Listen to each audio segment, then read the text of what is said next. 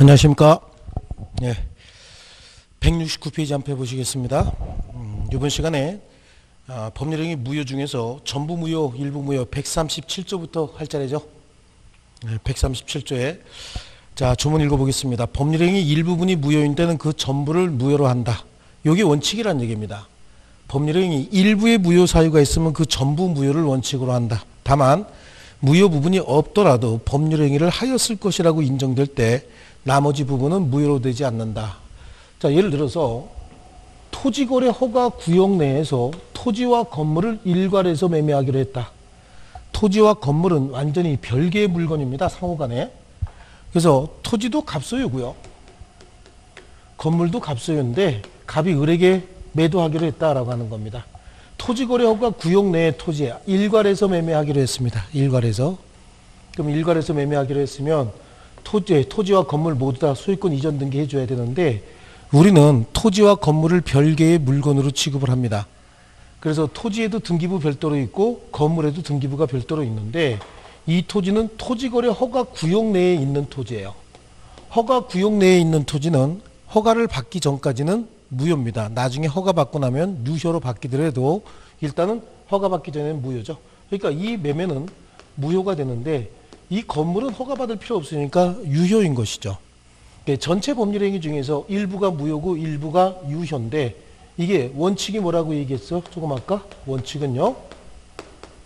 전부 무효를 원칙으로 한다라고 얘기를 했습니다. 원칙이 전부 무효였다. 근데 예외적으로 일부만 무효로 할 수 있는데 예외적으로 일부를 무효로 하겠다는 얘기는 나머지 일부는 또 유효로 하겠다 이런 얘기거든요. 자, 그런데 항상 원칙이 중요한 겁니다. 전부 무효가 원칙인 거예요. 그러니까 토지거래허가 구역 내에서 이런 매매했을 때는 토지에 대한 거래 허가가 있어서 이게 유효로 바뀌고 난 다음에 한꺼번에 일괄해서 소유권 이전 등기 해주는 게 맞다는 얘기입니다. 그래서 토지와 건물을 토지거래 허가 구역 내에 있는 걸 매매했는데 허가 받기 전까지는 토지에 대한 거래는 무효니까 또 건물에 대한 거래는 유효니까 매수인 입장에서는 토지는 나중에 소유권 이전 등기 해줘라. 건물 먼저 해줘라. 이렇게 됐던 사안입니다. 이때 우리 판례는 근데 매도인 입장에서는 토지거래 허가를 받아서 토지에 대한 거래도 유효로 바뀌고 난 다음에 토지와 건물을 일괄해서 매매해 주겠다라고 해서 소송이 된 건데 우리 판례도 그런 태도를 취하고 있는 겁니다. 법률행위 일부가 무효면 전부 무효이기 때문에 특별한 사정이 없는 한 토지에 대한 거래 허가 받아서 토지에 대한 거래도 유효로 되고 난 다음에 토지와 건물을 일괄해서 이전 등기해 주는 것이 옳다. 이렇게 판시했던 겁니다. 그래서 법률행위 일부분이 무효인 때 그 전부를 무효로 한다라고 하는 거 그게 원칙입니다. 그러나 무효 부분이 없더라도 법률행위 하였으리라고 인정될 때 나머지 부분은 무효로 되지 않는다. 요거고요. 그 밑에 이제 요건을 보시죠. 법률행위 일부 무효면 전부 무효다라고 하는데 요건에 일부 무효의 요건입니다. 자, 일체성과 분할 가능성인데 일단 분할이 가능해야 됩니다. 분할 가능성에다만 좀 동그라미 쳐놓고 가시고요. 당사자의 의사가 있어야 되는데 어떤 의사냐? 무효 부분이 없더라도 법률행위를 하였을 것이다 라고 하는 의사가 필요하다라고 하는 거고요. 넘겨보십니다. 넘겨보시면 170페이지에 법률행위 일부 무효가 있는 경우에 전부 무효가 원칙이다라고 하는 원칙만 줄쳐 놓으시고 가겠습니다. 자, 우리 판례도 조금 아까 설명드린 내용이 위에서 둘, 넷, 다섯 번째 줄로 가시면요. 토지에 관한 당국의 거래 허가가 없으면 건물만이라도 매매하였을 것이라고 볼 수 있는 특별한 사정이 인정되는 경우에 하나요. 토지에 대한 매매 거래 허가가 있기 전에 건물만의 소유권 이전 등기를 명할 수 있다고 보아야 할 것이고 그렇지 않은 경우에는 토지에 대한 거래 허가가 있어서 그 매매 계약의 전부가 유효한 것으로 확정된 후에 토지와 함께 이전 등기를 명하는 것이 옳다. 네, 그 내용을 좀 집중적으로 보셔야 됩니다. 여기서 나오면은 이론적으로 전부 무효가 원칙이다라고 하는 거하고 사례로 나오면 거의 이걸로 나옵니다. 이 사례로 나오니까 이 정도를 거의 이해하시면 되겠고요. 확정적 무효와 유동적 무효다. 확정적 무효는 처음부터 무효인 것이고요. 유동적 무효는 지금은 무효지만 나중에 유효로 바뀔 수 있는 무효를 유동적 무효다라고 얘기를 합니다. 이 유동적 무효에 관해서는 우리 앞에서 무권대리 행위 일단은 무효지만 본인이 추인하게 되면 유효로 바뀌었다. 그때 그 유동적 무효 봤습니다. 또 정지조건부 법률행위라고 해서 뒤에서 배울 건데요. 정지조건부 법률행위는 성립했지만 효력이 발생하지 않고 있다가 조건이 성취가 되면 그때부터 효력이 발생하는 게 있습니다. 이것도 이제 유동적 무효라고 합니다. 그런데 대체적으로 유동적 무효는 토지거래 허가 구역 내에서 토지거래 계약이 있었다. 그러면 그걸 유동적 무효라고 하고요. 나중에 토지거래 허가를 받으면 유효로 바뀌는 제도가 있었습니다. 자, 요건데 요 내용은 우리 한번 끝나고 난 다음에 다음 과정에서 유동적 무효와 관련된 판례 이론 요걸 할 텐데요. 일단은 국토의 계획 및 이용에 관한 법률이라고 여기 자꾸 나오는데 국토의 계획 및 이용에 관한 법률이 아니라 공인중개사 업무 및 거래 신고에 관한 법률로 법이 바뀌었고요. 그다음에 그 전에는 국토의 계획 및 이용에 관한 법률에 있을 때는 우리 민법에서 좀 잘 나오는 표현이었지만 이제 공인중개사법이라고 하는 그 법 쪽으로 옮겨갔기 때문에 거의 나올 확률은 좀 떨어진다고 보셔야 됩니다. 자, 이런 것들은 지금 과정에서 하지 않겠습니다. 한 2장 정도를 넘겨보시겠습니다.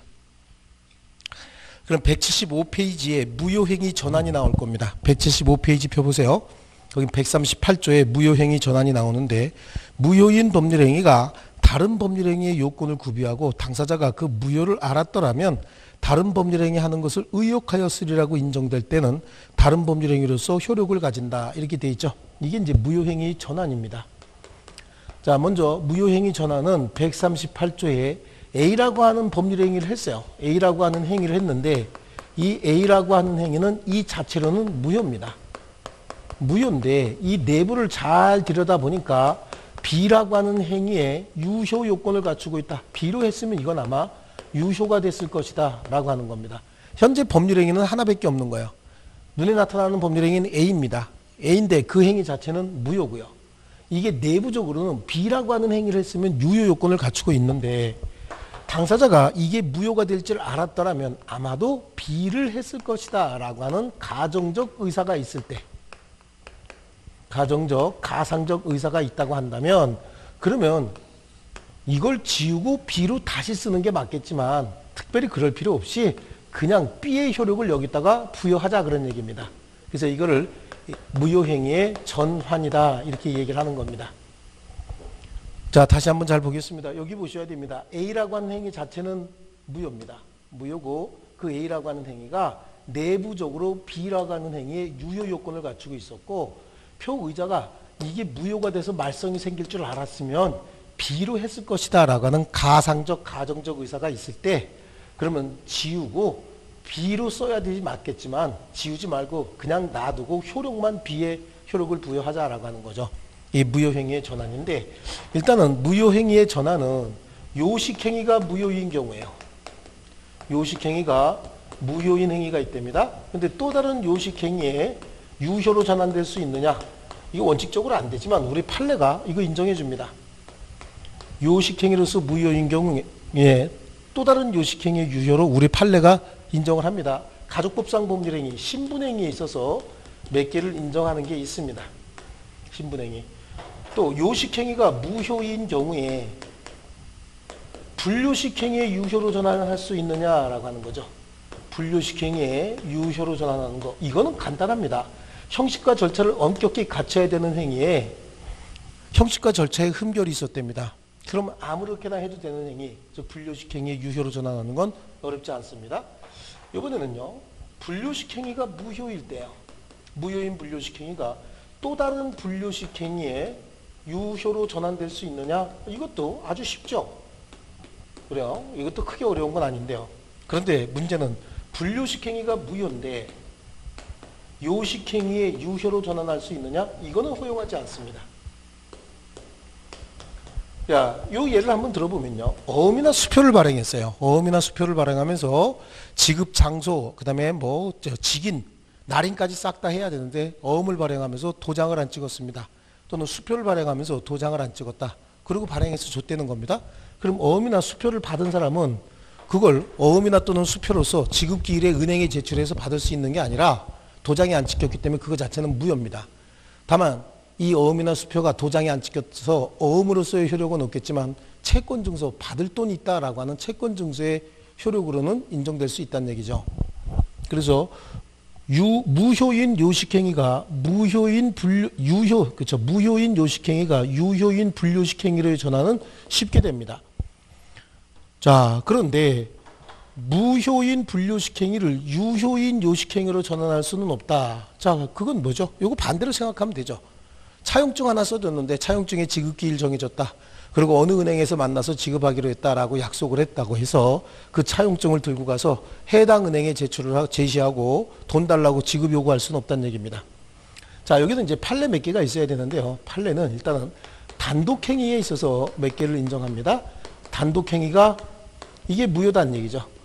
단독행위가 무효인데 이거 협의분할의 유효로, 계약의 유효라고 합니다. 단독행위의 협의분할의 유효로도 인정해준 사건이 하나가 있었다라고 하는 거예요. 그래서 여기요, 갑이라고 하시는 분이 사망을 했고 갑의 아들이 셋이 있었습니다. A, B, C라고 하는 세 명의 아들이 있었고 이 두 아들은 어느 정도 성공을 한 상태고 이 아들은 생활이 좀 어려운데 이분이 사망을 하셨어요. 사망을 하시고 남긴 재산은 한 10억 정도의 부동산이 하나 남아 있습니다. 남아 있는데 지금 A하고 B가 상속을 포기하고 C에게 모두 다 몰아주고 싶은데 어떻게 하다 보니까 상속을 포기해야 되는 기간이 넘었어요. 그래서 상속 포기 기간이 그냥 지나버렸습니다. 지나서 한참 지나고 난 다음에 상속을 포기했는데, 즉 단독행위로서 상속을 포기했습니다.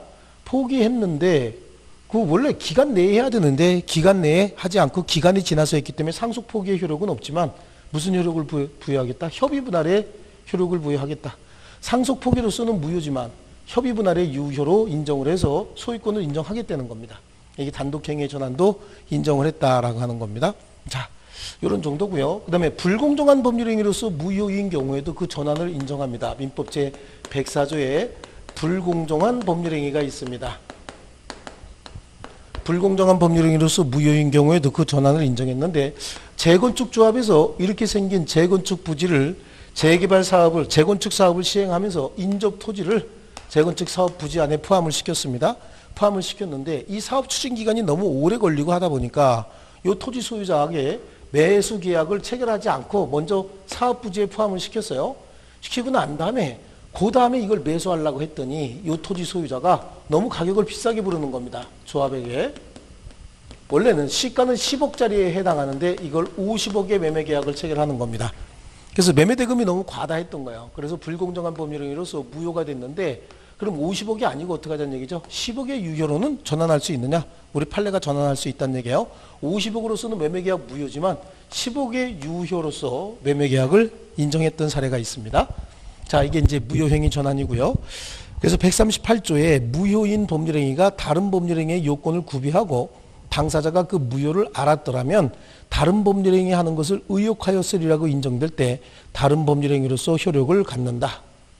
자, 전환의 요건으로 맨 밑으로 가겠습니다. 일단 무효인 법률행위가 있어야 된다. 그래서 당해 법률행위가 일단 성립하고 성립한 법률행위가 무효가 돼야 된다. 아예 처음부터 성립하지 않았으면 무효행위 전환의 문제는 생길 여지가 없습니다. 일단 어떤 행위가 있어야 됩니다. 그 행위는 무효일지라도 행위가 성립해서 있어야 된다. 그런 얘기고요.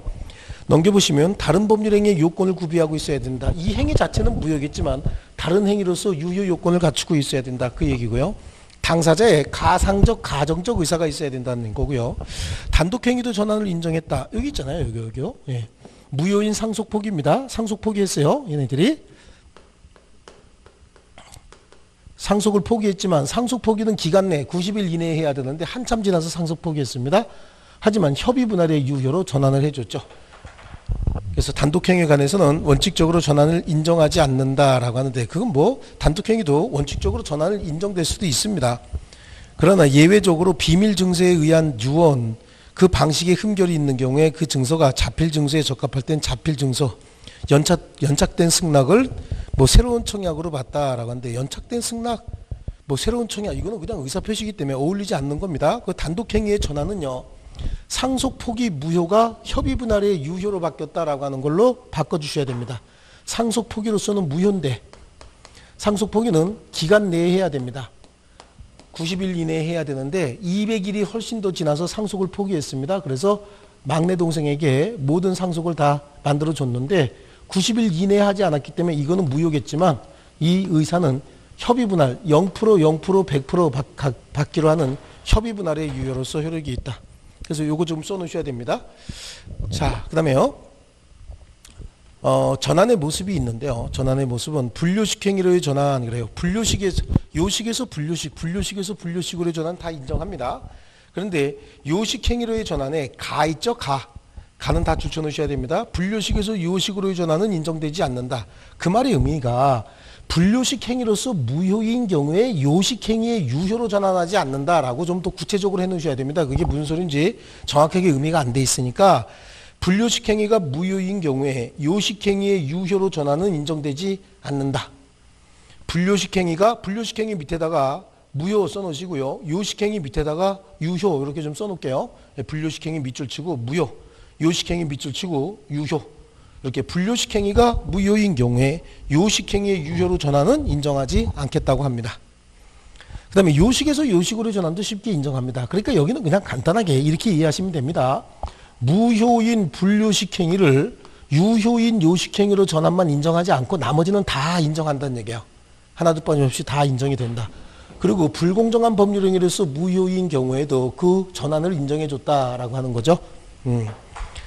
자, 그 다음에 오른쪽 페이지로 갑니다. 오른쪽 페이지 보니까 거기 판례가 매매 계약이 약정된 매매 대금의 과다로 말미암아 민법 제104조에서 정하는 불공정한 법률행위에 해당해서 무효인 경우에도 무효행위 전환에 관한 138조가 적용될 수 있다. 그러니까 50억의 매매는 무효일지 모르지만 10억으로 실제 가액인 10억으로 감액을 해서 유효를 인정해 준 사례입니다. 자, 그 다음에 139조입니다. 무효행위 추인입니다. 무효행위인 법률행위는 추인해도 그 효력이 생기지 않는다. 그러나 당사자가 무효임을 알고 추인한 때는 새로운 법률행위로 본다. 새로운 법률행위 그 앞에다가 새로운 앞에다가 이렇게 하나 써놓으시고요. 우리 그냥 뭐 그때부터라고 한번 이런 걸 하나 좀 써놓을게요. 그때부터 또는 비소급적으로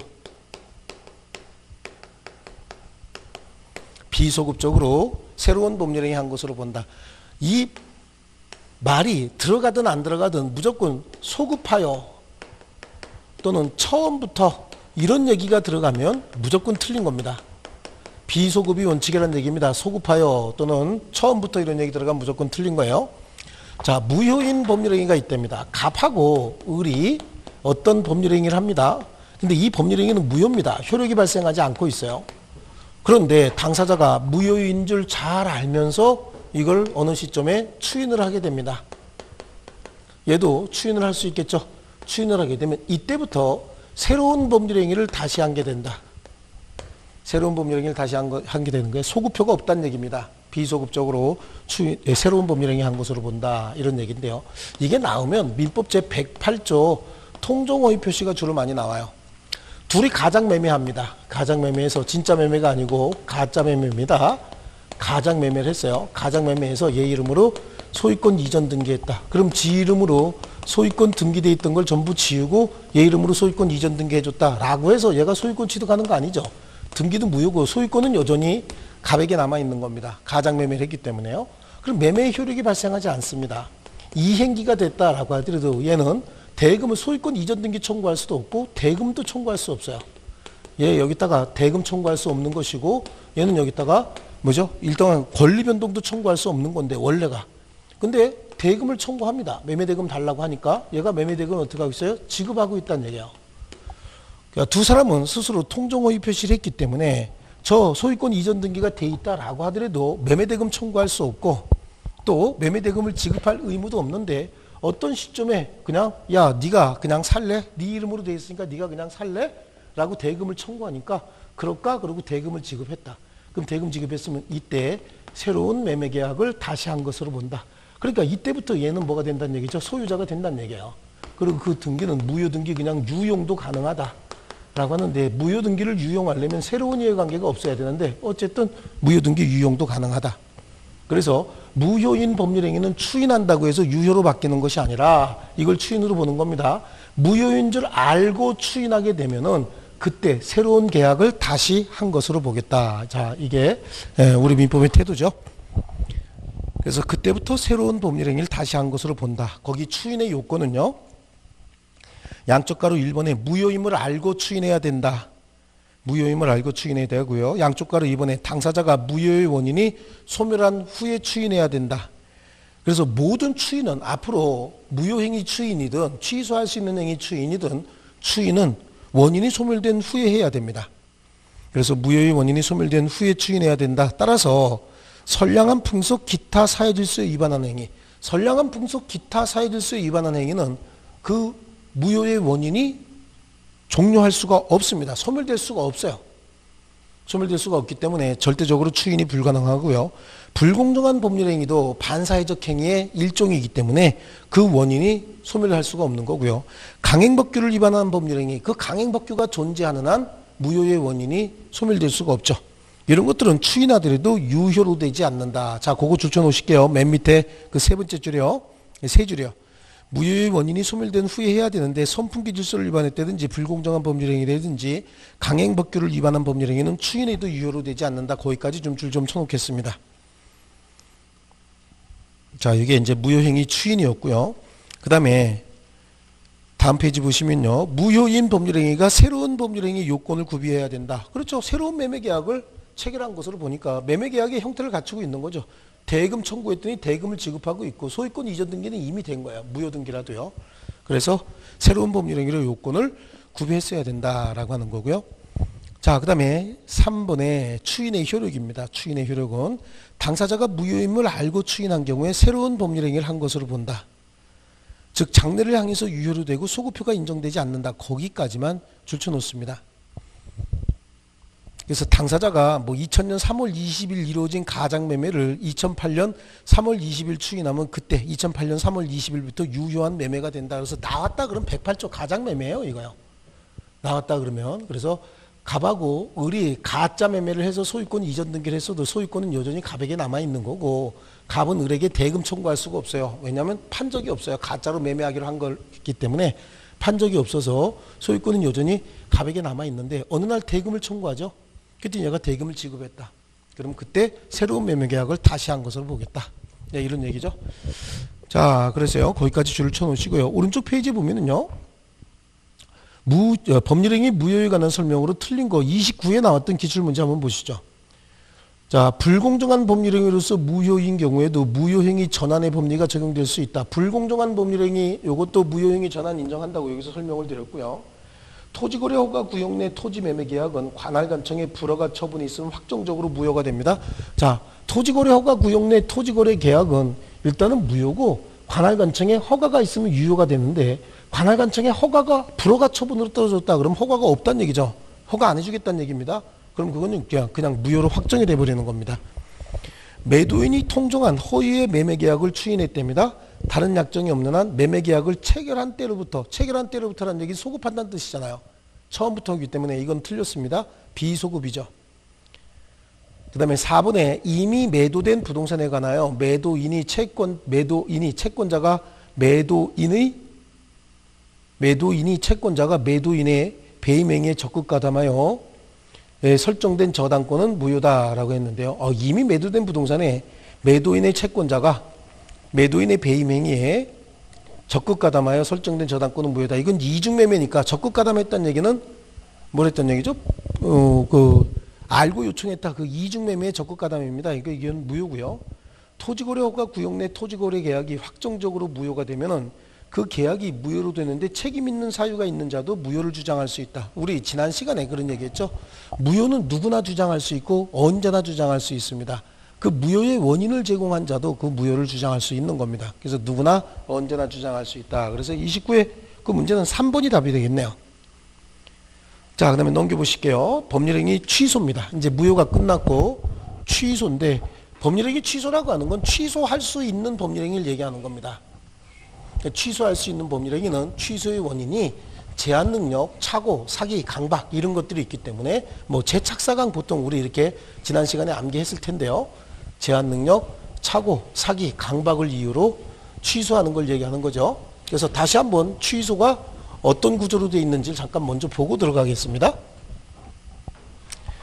일단은 성립한 법률행위입니다. 성립해서 효력이 잘 발생하고 있다가 취소권자가 취소라고 하는 의사표시를 하게 되면 이 법률행위는 계약 성립 당시로 되돌아가서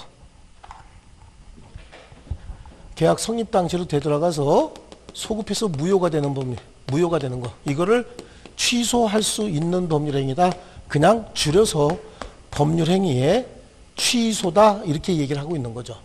그럼 취소할 수 있는 법률행위라고 해서 무조건 취소만 하느냐? 아닙니다. 취소하지 않고 취소할 수 있는 법률행위를 추인하는 경우도 있습니다. 취소할 수 있는 법률행위를 추인하게 되면 그냥 유효로 확정돼 버립니다. 유효로 그냥 확정된다라고 하는 겁니다. 그래서 취소 사유가 뭐가 있느냐? 취소 사유는 제한 능력, 착오, 사기, 강박 이렇게 있었죠. 우리 지난번에 제한 능력, 착오, 사기, 강박이라고 있었고 요거는 절대적 취소 사유에 해당했고 요거는 상대적 취소 사유에 해당했다. 이게 취소입니다. 이 취소는 아무나 취소하는 게 아니에요. 일단은 유효인 법률행위를 취소를 통해서 소급해서 무효로 만드는 거기 때문에 누구나 할 수 있는 건 아니고 취소권자만이 취소할 수 있습니다.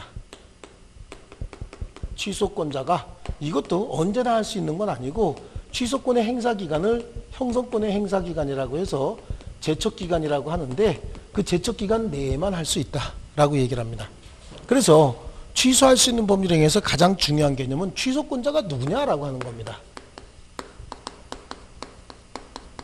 취소권자는요, 그냥 수업 시간에 저는 한대승 씨라고 이렇게 얘기를 합니다. 한대승 씨다. 이렇게요. 이건 누구냐면 한자. 어떤 상태에서 제한 능력, 착오, 사기, 강박 상태에서 의사표시 한자. 여기는 대리인입니다. 이네들의 대리인은 제한 능력자에게는 법정 대리인이 있을 수 있고요. 그 다음에 착오, 사기, 강박 상태에서 의사표시한 자에게는 임의 대리인이 있을 수 있어요. 여기는 저 권리를 승계한 승계인인데요. 승계인은 또 상속을 받은 포괄 승계인이 있을 수 있고요. 그 다음에 매매 등을 통해서 권리를 승계한 특정 승계인이 있을 수 있습니다. 여기 취소권자, 제한 능력자, 자신이 한 법률행위 자신이 스스로 취소할 수 있고요. 착오, 사기, 강박에 의한 의사표시한 자도 취소할 수 있고요. 또 법정 대리인이에요. 제한 능력자의 법정 대리인도 취소권이 포함되어 있습니다. 그럼 임의 대리인은요? 임의 대리인은 원칙적으로 취소할 수 없고 취소에 관한 특별 수권이 있을 때만 취소에 관한 특별 수권, 즉 우리 대리 쪽에서 이거 공부했습니다. 계약을 성립시킬 대리권에 계약을 소멸시킬 대리권까지는 포함하지 않는다라고 하는 얘기가 있었는데요. 그러니까 계약을 성립시킬 임의 대리인이 계약을 소멸시킬 대리권까지는 없기 때문에 계약을 소멸시킬 대리권까지 부여를 받았다는 겁니다. 야, 계약 체결하고 여의치 않으면 네가 취소도 다 해라 라고 해서 대리권 속에 취소권까지 포함을 시켰다. 이게 특별수권이 있었다고 보는 거고요. 포괄승계인, 당연히 권리 의무 관계 모두 다 승계했기 때문에 취소권도 승계가 되는 거고요. 특정 승계인도 취소권을 승계할 수는 있지만 취소권만 특정 승계할 수는 없다. 특정 승계인은 매수인이라고 보시면 돼요. 근데 매수인이 취소할 수 있는 행위 자체를 매수한 경우에는 취소권도 쫓아오지만 취소권만 특정 승계할 수는 없다. 자, 요거 추가적인 설명을 좀 드리겠습니다. 갑이 을한테 사기를 당했어요. 사기당해서 자기 소유 토지에 여기다가 지상권을 설정을 해줬습니다. 근데 나중에 사기당한 사실을 알고 이 지상권 설정 계약을 취소하려고 합니다. 그래서 취소하러 쫓아가고 있는데 가고 있는 과정에서 병을 만납니다. 병이 이 땅 나에게 파시죠 라고 했더니 갑이 팔기는 팔 건데 내가 이거 취소하고 나서 팔겠다라고 했더니 갑이 이 권리 자체를 저한테 파세요. 그럼 여기에 뭐가 붙어온다고? 취소권이 붙어오니까 그럼 제가 여기 가갖고 취소하겠습니다 라고 하는 것이지, 이 권리를 취득했을 때 이 권리 안에는 취소권이 붙어 있는 거지 이 권리 말고 취소권만 특정 승계할 수는 없다는 얘기입니다. 자, 여기 취소권자고요. 취소권자가 이 사람들이라고 한다면 취소의 상대방은 누구냐? 취소의 상대방은 의사표시의 직접 상대방인 거예요. 의사표시의 직접 상대방은 우리가 사례 문제로 나오면 의사표시 처음 했던 첫사람 찾아내면 되는 거예요. 자, 저 사례 말고 이제 요거하고 유사한 사례를 여러 사람을 만들어서 한번 해보겠습니다. 자, 갑이 있고요. 갑이 을에게 자신의 토지를 매도하는 매매 계약을 체결했습니다. 매도하겠다고 했어요. 그런데 이 매매는 병이 갑에게 사기를 치는 바람에 갑이 속아서 얘한테 매도하겠다고 했습니다. 그리고 을은 동작 빠르게 정에게 다시 매도해 버렸습니다. 매도했는데 지금 갑이 나중에 사기당한 사실을 알고 이 매매 계약을 취소하고자 한다라고 하는 겁니다. 매매 계약을 취소할 때는 누구에게 해야 되느냐라고 하는 거예요. 현재 토지 소유자는 아마 정일 겁니다. 정인데 취소권을 행사할 때는 그럼 누구에게 해야 되느냐? 처음 의사표시, 갑이 처음 의사표시한 사람은 누구죠? 을에게 취소권을 행사해야 된다. 그러니까 의사표시 직접 상대방이 누구냐? 그거 찾아야 됩니다. 그 직접 상대방은 처음으로 갑이 누구에게, 지금 병한테는 사기를 당한 거고 갑이 팔겠다는 의사표시는 을에게 한 겁니다. 그러니까 첫사람은 을이 된다라고 하는 거고요. 그러면 취소의 방법은 어떤 게 있느냐? 취소의 방법은 분류식행입니다. 분류식행이라고 하는 건 명시, 묵시, 구두, 소면 다 가능하다는 얘기입니다. 명시적으로도 가능하고요. 묵시적으로도 가능하고요. 구두로도 가능하고 서면으로도 다 가능하다. 효력 똑같다 그런 얘기입니다. 그리고 재판상 할 수도 있고요. 재판으로 할 수도 있고 재판 외로도 의사표시만 가지고도 할 수 있다라고 하는 거고요. 그래서 취소하게 되면 어떤 효과가 발생하느냐? 법률행위 취소하게 되면 소급해서 무효가 돼버리죠. 여기 나와 있습니다. 취소하게 되면 소급해서 무효가 된다. 법률행위는 소급해서 무효가 되고요. 소급해서 무효가 됐기 때문에 이거는 현재 무효인 법률행위가 돼버렸어요. 그러니까 이걸 다시 추인할 때는 자, 법률행위 취소했다고 볼게요. 추인하게 되면 유효로 확정되니까 더 이상 취소할 수 없는 상황이 되겠지만 취소하게 되면 무효로 확정이 되고 그럼 더 이상 취소할 수 있는 법률행위가 아니기 때문에 이거를 추인하고 싶다. 그러면 취소할 수 있는 행위로서 추인이 아니라 무효인 행위로서 추인을 한다라고 얘기합니다. 자, 여기 정도 이렇게 보시고요. 그 다음에 여기는 취소권을 어떻게 행사할 수 있고 누구에게 행사할 수 있고 효과는 어떻게 되느냐. 소급해서 무효가 되니까 이행전이면 이행할 필요 없다. 이건 무효에서 봤던 겁니다. 이행할 필요 없고 이미 이행된 부분이 있으면 부당이득으로서 부당이득 반환 청구할 수 있는데 부당이득 반환 청구에서 부당이득 반환할 때 제한 능력자는 언제나 현존 이익만 돌려주면 된다. 원래 부당이득 반환할 때는요. 선이냐 악이냐에 따라서 선의의 경우에는 현존 이익만 돌려주면 되지만 악의의 경우에는 받은 이익에 이자까지 붙이고 거기에 손해가 있으면 손해까지 배상해 줘야 되거든요. 그래요. 그래서 부당이득 반환을 청구한다라고 하는 겁니다. 손해가 있으면 손해배상까지 다 할 수 있다. 이 부당이득에 포함이 되는 거죠. 자, 좋습니다. 그래서 모두 받은 이익에 이자 있으면 이자, 그 다음에 손해 있으면 손해까지 다 배상해 준다. 자, 요거예요. 요게 이제 취소할 수 있는 법률행위 취소고요. 그럼 취소할 수 있는 법률행위라고 해서 무조건 취소만 하느냐? 아닙니다. 취소할 수 있는 법률행위를 취소하지 못하는 경우 있어요. 스스로 취소권이 소멸해 버리기 때문에 취소하지 못하는 경우도 있습니다. 그럼 이때는 취소 못하는 거겠죠. 그 취소권이 소멸하는 원인은요. 먼저 스스로 추인을 했다라고 하는 거죠. 이 추인이라고 하는 건 취소할 수 있는 법률행위의 추인은 취소권의 포기가 됩니다. 포기가 되기 때문에 그러면 추인권자는 누구냐? 취소권을 포기할 수 있는 자는 누구냐? 취소권자죠. 취소권을 포기할 수 있는 자는 취소권자. 그러니까 추인권자는 취소권자다. 제한 능력자 당연히 추인권을 행사할 수 있는데 취소의 요건과 추인의 요건은 항상 달라요. 그래서 이 추인이라고 하는 건요. 무효행위 추인도 마찬가지고 취소할 수 있는 행위 추인도 마찬가지입니다. 그 원인이 종료되거나 원인이 소멸된 후에 해야 됩니다. 뭐 소멸이란 말도 쓰고 원인이 종료된 후에 해야 된다. 그러니까 취소의 원인이 뭐였어요? 제한 능력자였다.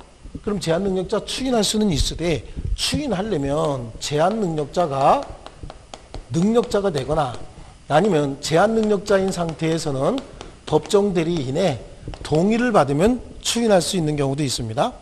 또 차고사기 강박 상태에서 의사표시한 자는 차고사기 강박 상태에서 벗어난 후에 추인하면 되는 겁니다. 그래서 차고사기 강박 상태에서 의사표시한 자 얘들도 벗어난 후에 추인하면 된다라고 하는 거고요. 법정 대리인입니다. 법정 대리인도 당연히 추인권이 있는데 법정 대리인은 취소의 원인이 소멸되기 전에만 할 수 있어요. 소멸되기 전. 왜냐하면 법정 대리인이라는 얘기는 의사표시 한자가 제한능력자라는 뜻인데 제한능력자가 능력자가 돼버리면 법정 대리권 소멸하거든요. 그러니까 법정 대리인이 그 법정 대리권이 있는 때 추인할 수 있는 거기 때문에 취소의 원인이 소멸해버리면 법정 대리권 같이 소멸해요. 그 다음에 임의 대리인입니다. 임의 대리인도 특별수권이 있어서 취소권이 있으면 추인권 행사할 수 있는 거고요. 포괄승계인이든 특정승계인이든 취소권이 있으면 추인권도 있습니다. 다만 원인이 종료되고 난 다음에 해야 된다라고 하는 제한, 요건, 요것만 갖추면 취소권자는 곧 추인권자고 추인권자는 곧 취소권자다 이렇게 할 수 있습니다. 자, 그러면 상대방은 누구냐? 취소의 상대방이 추인의 상대방이죠.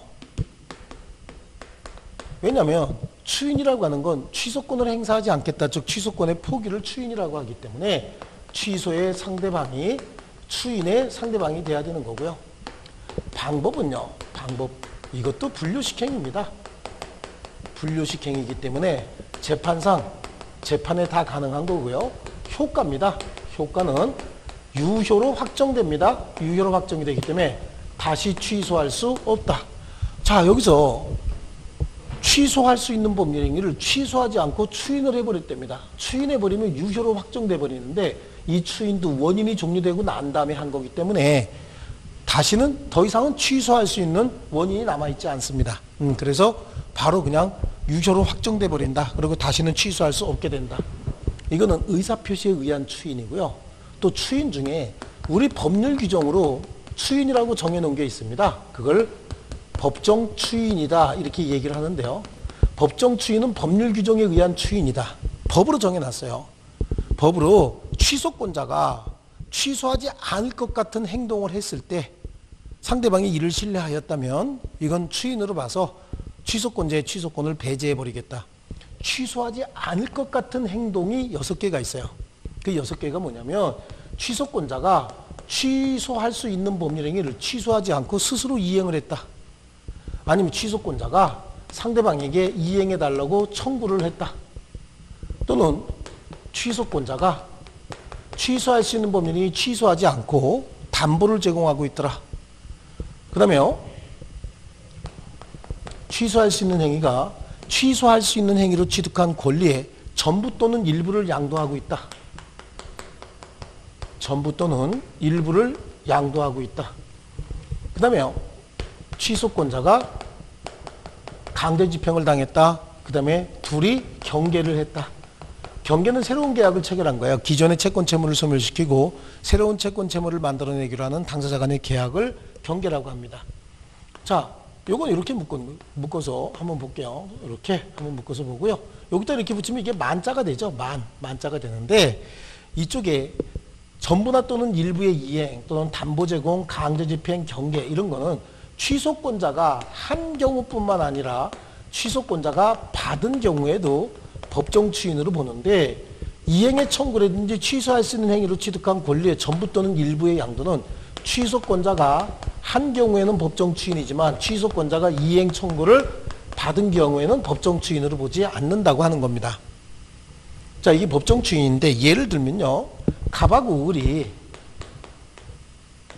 갑은 이렇게 생긴 부동산하고 이렇게 생긴 부동산을 을에게 주기로 했고 을은 이렇게 생긴 부동산하고 이렇게 생긴 부동산을 갑에게 주기로 했습니다. 서로 교환 계약을 체결했다라고 하는 겁니다.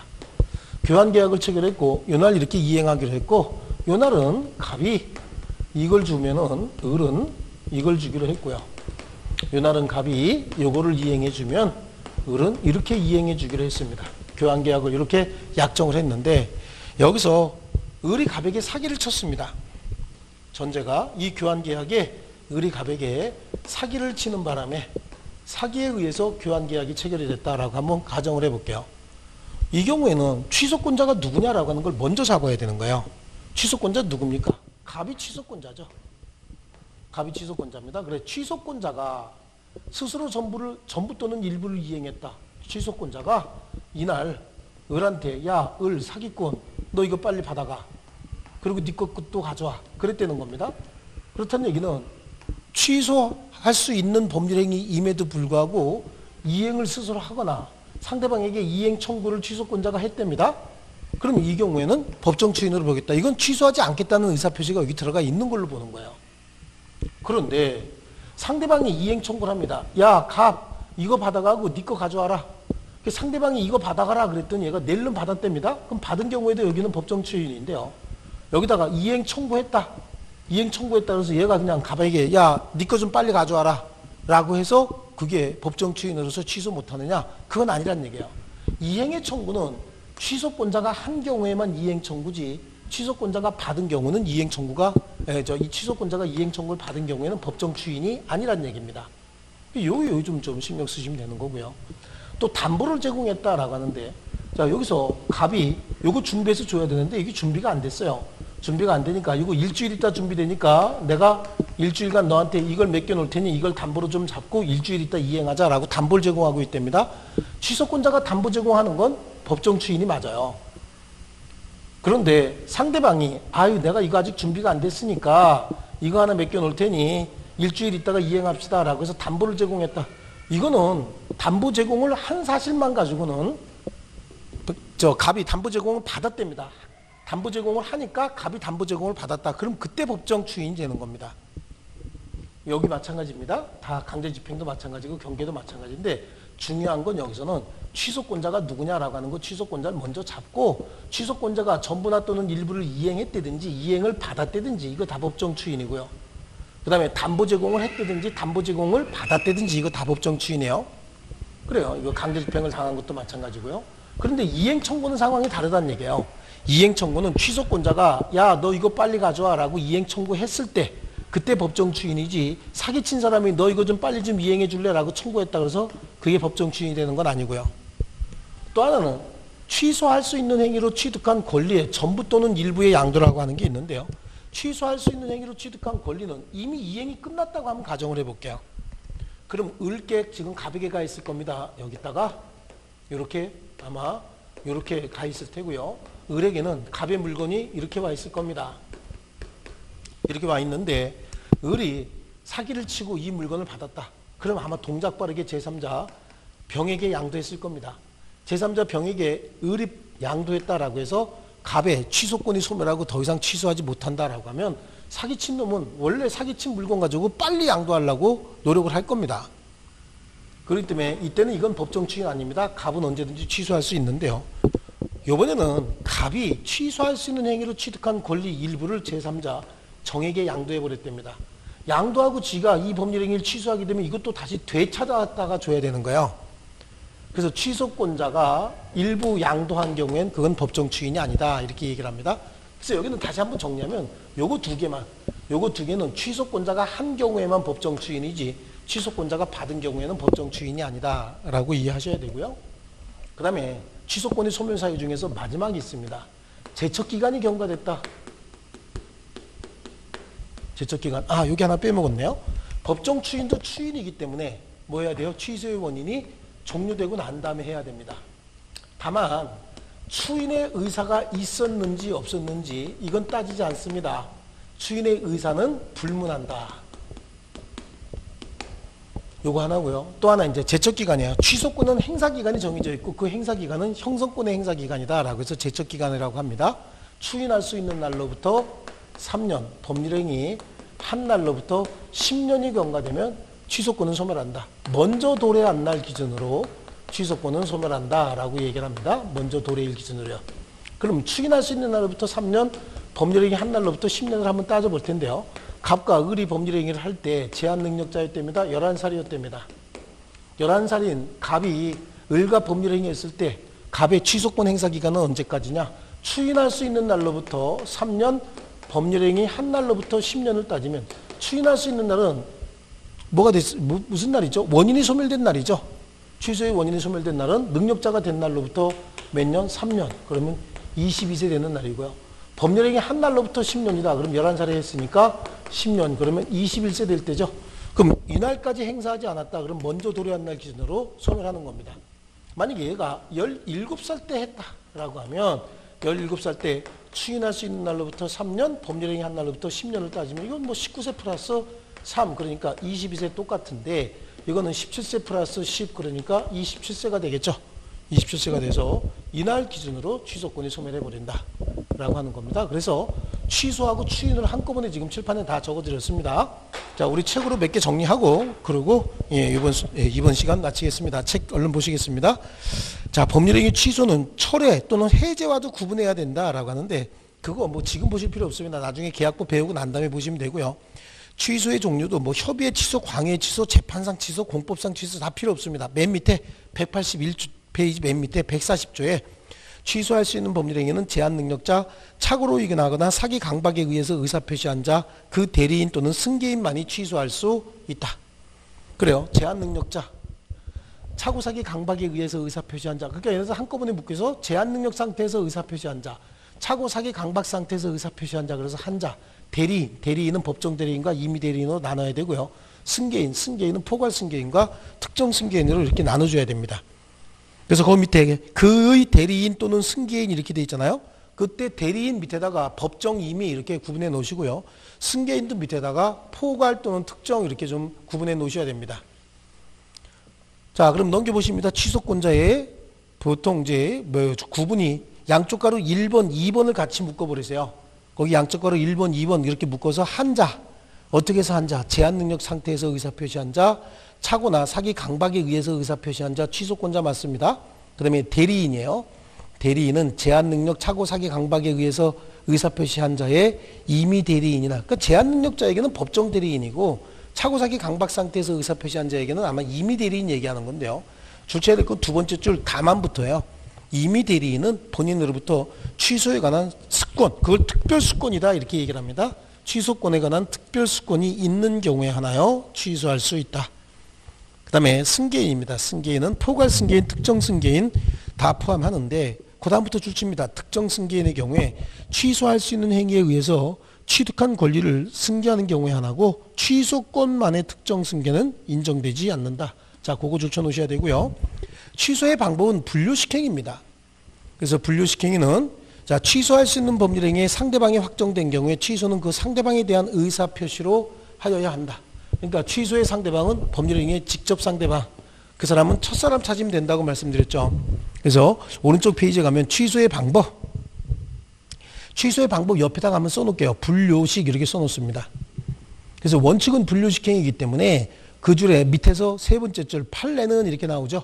판례는 법률행위 취소를 당연한 전제로 한 소송상의 이행 청구나 이를 전제로 한 이행 거절 가운데는 취소의 의사표시가 포함되어 있다고 볼 수 있다.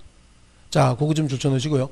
재판상으로만 해야 되는 경우도 있는데 재판상으로 해야 되는 건 우리 시험범위에 들어가 있는 거 하나도 없어요. 근데 이제 가끔 한 번씩 등장할 수 있는 게 첫 번째 줄 사회행위 취소권 있죠. 406조. 사회행위 취소권. 그 위에다가 채권자 취소권이라고 써놓으세요. 사회행위 취소권이라고도 하지만 채권자 취소권이라고도 얘기합니다. 재판상으로 해야 된다. 그거 하나만 아시면 되겠습니다. 그 다음에 넘겨보시면 취소의 상대방이 누구냐. 취소의 상대방은 그 옆에다가 의사표시의 직접 상대방, 의사표시의 직접 상대방 아니면 뭐가 되죠? 첫사람 이렇게 써놓으면 되겠네요.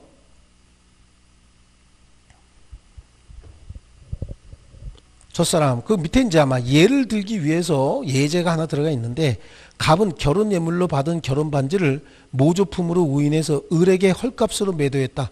갑이 을에게 의사표시했죠. 그렇잖아요. 갑이 을에게 의사표시한 거예요. 을은 다시 병에게 매도하고 병은 다시 정에게 매도했답니다. 지금 현재는 정이 소유자겠지만 그 후에 진품인 것을 알게 된 갑이 매매계약을 착오를 이유로 취소하고자 한다. 누구에게 해야 됩니까? 첫사람 찾아야 되죠. 첫사람 누굽니까? 을이죠. 첫사람은 을입니다. 을에게만 할 수 있다. 이게 답이고요. 취소의 효과. 자, 141조에 취소된 법률행위는 처음부터 무효인 것으로 본다. 다만 제한 능력자는 그 행위로 인하여 받은 이익이 현존하는 한도 내에서 상환할 책임이 있다. 그래요. 그래서 자, 소급해서 무효가 되니까 이행 전이면 이행할 필요 없고 이미 이행됐을 때는 선의인 경우에는 현존 이익, 악의인 경우에는 받은 이익의 이자, 손해 있으면 손해까지 배상한다라고 하는 거고요. 이제 부당이득 반환 청구를 그렇게 하는 거고요. 그 다음에 제한 능력자는요. 부당이득 반환 받고 난 다음에 추가적으로 손해배상을 청구할 수는 없거든요. 제한 능력자의 경우에는 언제나 선악불문하고 현존 이익만 반환하면 돼요. 그래서 취소하게 되면 소급해서 무효인데 오른쪽 페이지 한번 볼게요. 오른쪽 페이지 맨 위에 줄칩니다. 법률행위는 일단 취소된 이상 그 후에 취소할 수 있는 법률행위의 추인에 의해서 다시 확정적으로 유효하게 할 수는 없고 다만 무효인 법률행위 추인의 요건과 효력으로 추인할 수는 있다고 한다라고 하는데, 자 이거예요. 말이 좀 어렵지. 취소하게 되면 소급해서 무효가 된 거예요. 그럼 이걸 추인하고 싶으면 현재 무효니까 무효인 행위의 추인 요건에 따라서 추인하는 겁니다. 취소하게 되면 더 이상 유효인 행위가 아니고 무효인 행위가 됐기 때문에 무효행위 추인 요건에 따라서 추인하면 된다. 그 다음에 뭐 취소 효과의 절대성, 상대성. 제한 능력자의 의사표시는 절대고 차고사기 강박 상태에서 의사표시한 걸 취소하게 되면 그건 상대적 무효가 될 테고요. 그 다음에 부당이득 반환입니다. 부당이득은 선이냐 악이냐에 따라 다른데 나에 보면 제한 능력자는 항상 현존 이익만 반환하면 된다라고 얘기를 했습니다. 그 다음에 일부 취소인데요. 일부 취소는요, 원래 법률행위 일부가 무효면 전부를 무효로 하기 때문에 법률행위도 일부에만 취소 사유가 있으면 전부 취소를 원칙으로 합니다. 전부 취소를 원칙으로 해야 되는데 만약에 일부만 취소하겠다라고 하는 의사가 있으면 그 일부만의 취소도 가능하다라고 하는데요. 자, 우리 민법은 계속해서 원칙을 좀 지키고 싶어하는 편입니다. 그래서 우리 구체적인 판례는, 시험에 나오는 판례는 이런 거예요. 갑과 을이 토지를 매매하면서 이 부분을 매매 대상에서 제외하기로 했어요. 여기에 무슨 동 7번지 토지입니다. 7번지 토지로서 1000평이에요. 1000평인데 300평을 제외하기로 했답니다. 그럼 7번지 토지 1000평 중에서 300평을 제외하겠다는 얘기는 빼주면 몇 평이 된다는 얘기죠? 700평이 된다. 700평을 매매하면서 7억에 매매를 했어요. 이렇게 해서. 근데 나중에 알고 보니까 여기에 도로가 이렇게는 안 되는 겁니다. 그러니까 매수인이 이걸 매매 대상에서 제외하는 특약을 했고 도로가 이렇게 나니까 사기당했다라고 해서 지금 취소하고 싶은 겁니다. 취소하는데 요 특약만을 취소해버리면 토지 전부가 전부를 상계되는 거죠. 만약에 특약만을 취소하게 되면 매매 대상 면적은 700이 아니라 1000평이 될 테고, 그럼 금액도 단순하게 산술 평균하면 10억이 돼야 될 거예요.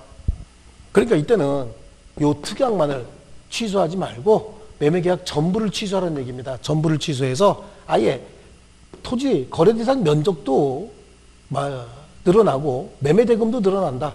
그럼 토지의 실체와 거래의 실체가 다 바뀌는 거거든요. 그러니까 이때는 특약만 취소할 수는 없고 계약 전부를 취소해라 라고 하는 거죠. 그래서 원래 일부 무효의 법률은 법률행위가 일부가 무효면 그 전부를 무효로 하되 무효인 부분이 없더라도 법률행위를 하였을 것이다 인정되면 나머지 부분은 무효로 보지 않는다라고 하는 건데, 여기도 항상 원칙이 중요하기 때문에 일부에만 취소 사유가 있으면 일부 취소도 가능하다. 하지만 원칙은 전부 취소다. 자, 전부 취소다라고 하는 거고요. 자, 넘겨보시면 거기는 지금 일부만 취소된 사례가 나왔는데 판례, 다에 있는 판례, 다. 그 판례가 중요합니다. 그래서 매매계약 체결 시 토지의 일정 부분을 매매 대상에서 제외시키기로 특약을 한 경우에 이는 매매 대상 토지를 특정해서 그 일정 부분에 대해서는 매매계약이 체결되지 않았음을 분명히 한 것이다. 그래서 그 부분에 대한 어떤 법률행위가 이루어진 것으로 볼 수 없으므로 그 특약만을 취소할 수는 없다. 그럼 취소하려면 전부 다 취소하라는 얘기입니다. 그래서 그 내용만 조금 보시면 되겠고요. 자, 그 다음에 취소할 수 있는 법률행위 추인이에요. 취소할 수 있는 법률행위 추인, 그 옆에다가 취소권의 포기다 이렇게 한번 써놓으세요. 추인은 취소권을 포기하는 행위를 추인이라고 합니다. 자, 칠판 지우지 마시고요. 조금 쉬었다가 이 추인을 계속하겠습니다.